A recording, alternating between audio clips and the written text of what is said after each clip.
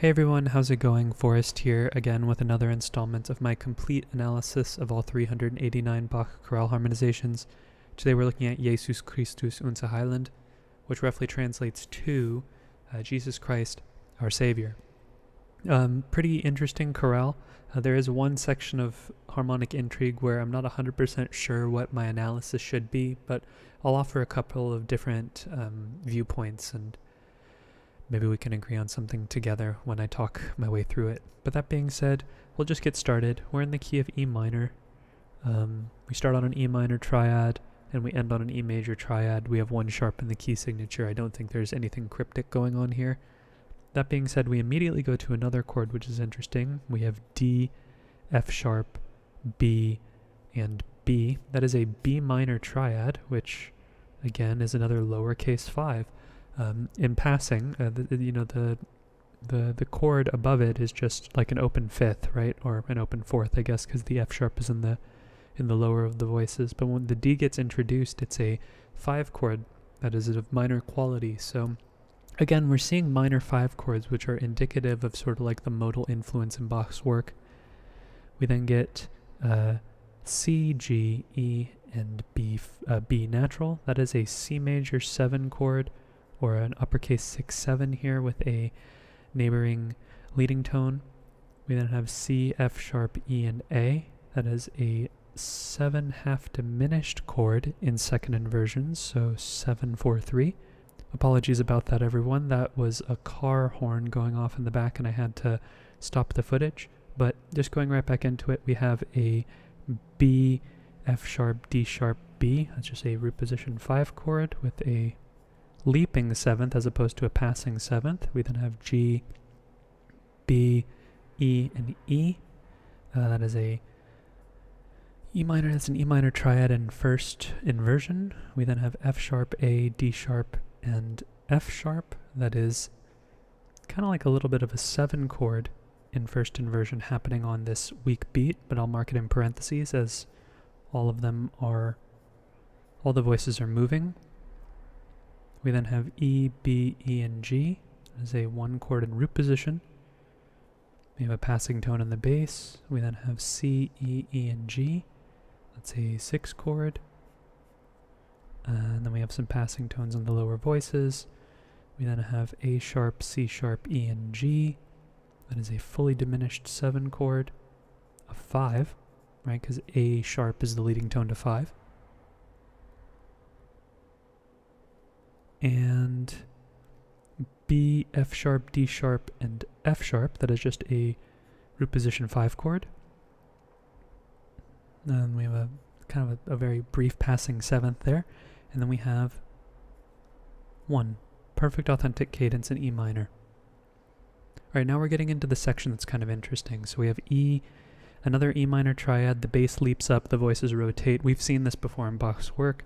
Passing 7th in the bass. Then we have C, C, E, and G. I'm not convinced yet that we've modulated. So we have a 6 chord here in root position. B, G, D, and G. That is a 3 chord, first inversion. Again, we have another root position C major chord, so we could do that right there. We just write another 6. Then we have suspension going on in the bass with another 3 chord. First inversion. So it's kind of like a passing tone here. And then we have A, C, E, and A. That is a 4 chord in root position.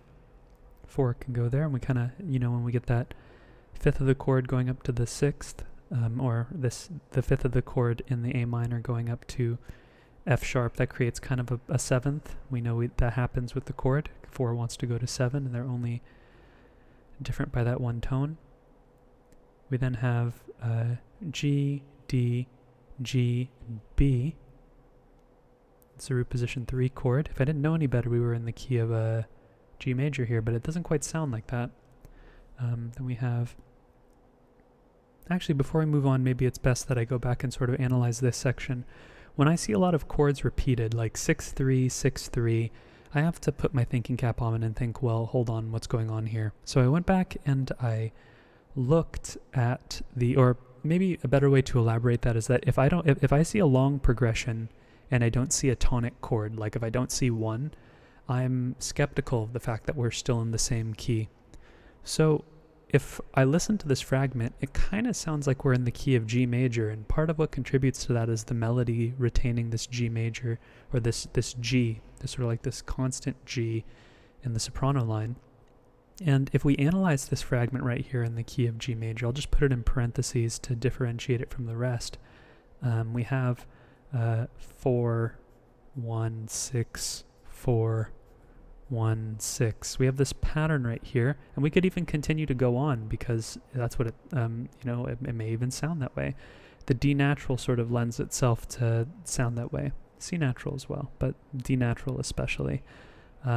But by this point, to me, it sounds like we're in the key of E minor, and it sounds so brief. There really isn't a formal modulation. Usually my definition of a modulation is that there has to be a dominant somewhere, and there has to be like a cadential progression, but ultimately it's the way that it sounds. Like if it sounds like it's modulated, it probably has. And here we're definitely rubbing up against it. It's like 1, we see 4, 1, 4, 1, and that kind of has like it doesn't have the same effect that a dominant chord does, but seeing that repetition twice and still claiming that we're in the key of E minor definitely requires context. But that being said, it's a tricky case. I'm going to stay consistent and say that we're in the key of E minor still, just because that's what it sounds like to me, even though I think there's an argument to be made for both. That being said, we have A, C, G, and C, or maybe it's this F sharp right here that's being referenced. I think that is the case. F sharp, A, C, and A. That's an F sharp diminished triad over A, or a 7/6. That immediately goes to a B major triad, so a 5 chord. Remember, because we get this D sharp. But kind of interestingly, we get this G here. There's like counterpoint going on, right? Because this G, if we have B, F sharp, and G, there's really just a lot of counterpoint going on here.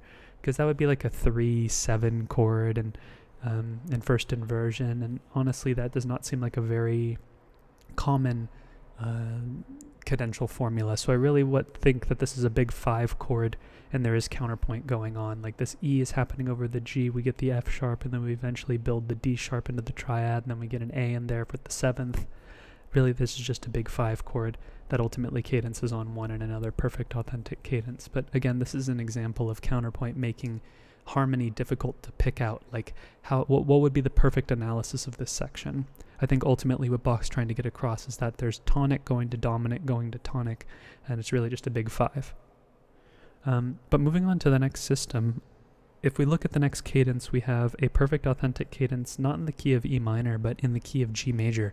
So what needs to happen next is we need to look for a point in which we modulate. So if we call this E minor chord we see here a 6 now in the key of G major, we can go ahead and just continue to analyze in G major. We have a G major triad here with a passing 7th in the bass. It's in first inversion, so 1, 6. It's not uncommon for us to see 2 1s next to one another, though when you do analysis this way, 1 in one key and 1 in the other. Then we have a C major triad in root position, so that's just a 4 chord right there. Passing tone in the bass. We then have E, G, C, and E. That's just the C major triad getting inverted into first inversion. Another passing tone in the bass. We then have another C major triad, but this time it's back in root position, so we'll just change the figured bass again with passing tones in the in the bass and the alto, or rather, we have a neighbor tone in the alto and a passing tone in the bass.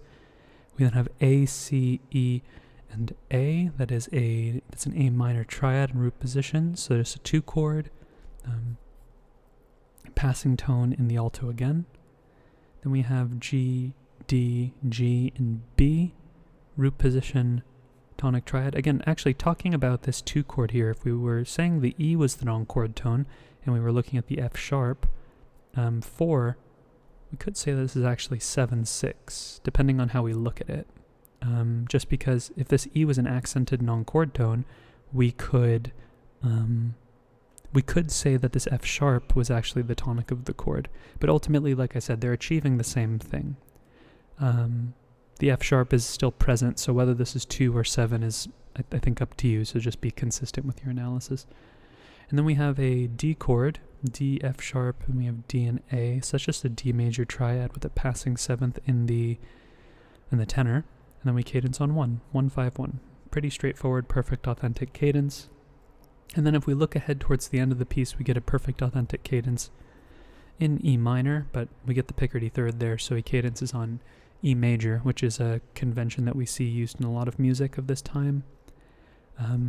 Here we have a G chord over B, but again, we see this F natural.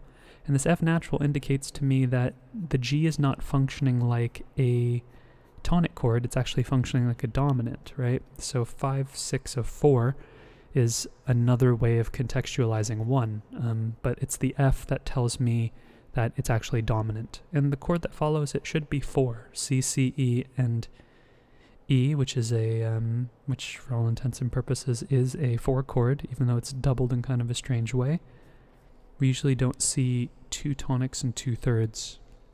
It's kind of interesting, or 2 roots and 2 thirds, with a passing tone in the tenor as well. We then have a D major triad just in root position. That's a 5 chord in the key of G major.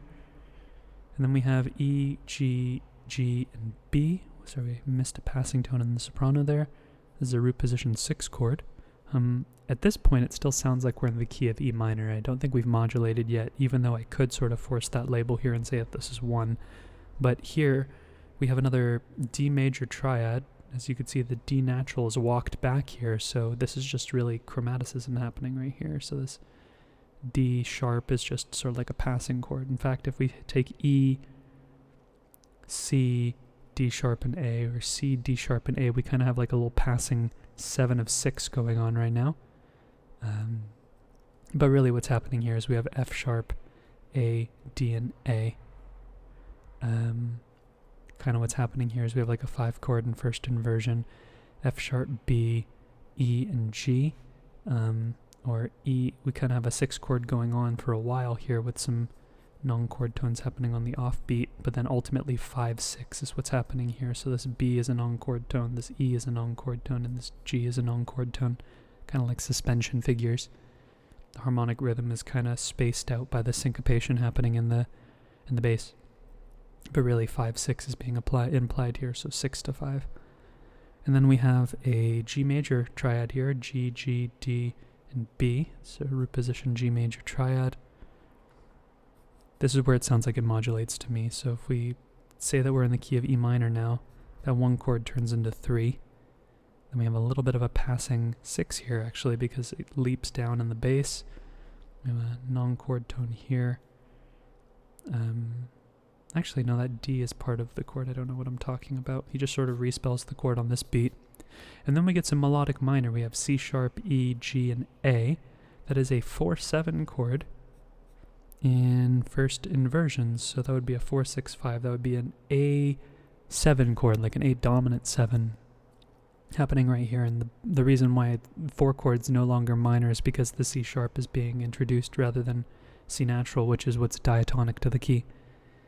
We then have D sharp, B, F sharp, and A. That is, even though we have passing tones going on here, there's sort of like a 5 chord being implied in first inversion, so like a 5-6-5. With everything intact there, I'll mark them as non-chord tones in relation to the strong beat chord, but really what's happening in parentheses is we're getting another sort of like parallel, not really parallel harmony per se, but like the chords, the chords are ascending the scale. And then we have E, B, E, and G. This F is another non-chord tone. It's just a root position E minor triad. Then we get G, B, E, and G. The chord just on this weak beat just turns into a 6, right? And here we get A, C, E, and F sharp. I think ultimately what's being implied here is that we have this A right here is actually a non-chord tone, and we're looking at this B. And C is also a non-chord tone. We're really looking at this D, this B, this D sharp, and this, or rather this B, this D sharp, and F, and really what's being implied here is a big 5 again. But really, I mean, like, if you look at the rhythmic activity, there's a lot going on. There are lots of notes being sung right here, and really what's being arrived at here is 5, even though other notes from chords other than 5 are occurring at the same time. If we were to pick a chord out of this texture, I would make the argument that 5 is what's being implied. And then, of course, we cadence on uppercase 1 because it's an E major chord rather than an E minor chord. All in all, kind of what I'm realizing is that counterpoint makes harmonic analysis pretty tricky. Like, you can analyze the intervals, you can try your best to analyze the chords, but really, the chords that you pick out of the texture are usually the ones that occur on downbeats, but sometimes the harmonic rhythm is quickened or slowed depending on the way that the melody is being harmonized. That being said, I'm not 100% sure if we're in G major here. It sounds like a little bit of a reprieve, but we cadence in E minor, and mid-phrase modulations haven't been super common. Sometimes I think there's an argument to be made, like here, I think you could analyze that as that, but it just doesn't sound like the piece is modulated yet to me. There's no dominant there. It just doesn't sound that way in my ear. It just sounds like an interesting way to harmonize the melody. But that being said, all in all, very straightforward chorale, or I say very straightforward. It's a straightforward chorale for most of the time. Interesting cadential structure, 4 perfect authentic cadences. He only explored really he explored 2 keys, but only one real pitch collection, right? Because we have E minor and G sharing it, so no modulations to nearby or otherwise distant keys. And I'm looking forward to tomorrow's analysis. Thanks for watching the video, and take care.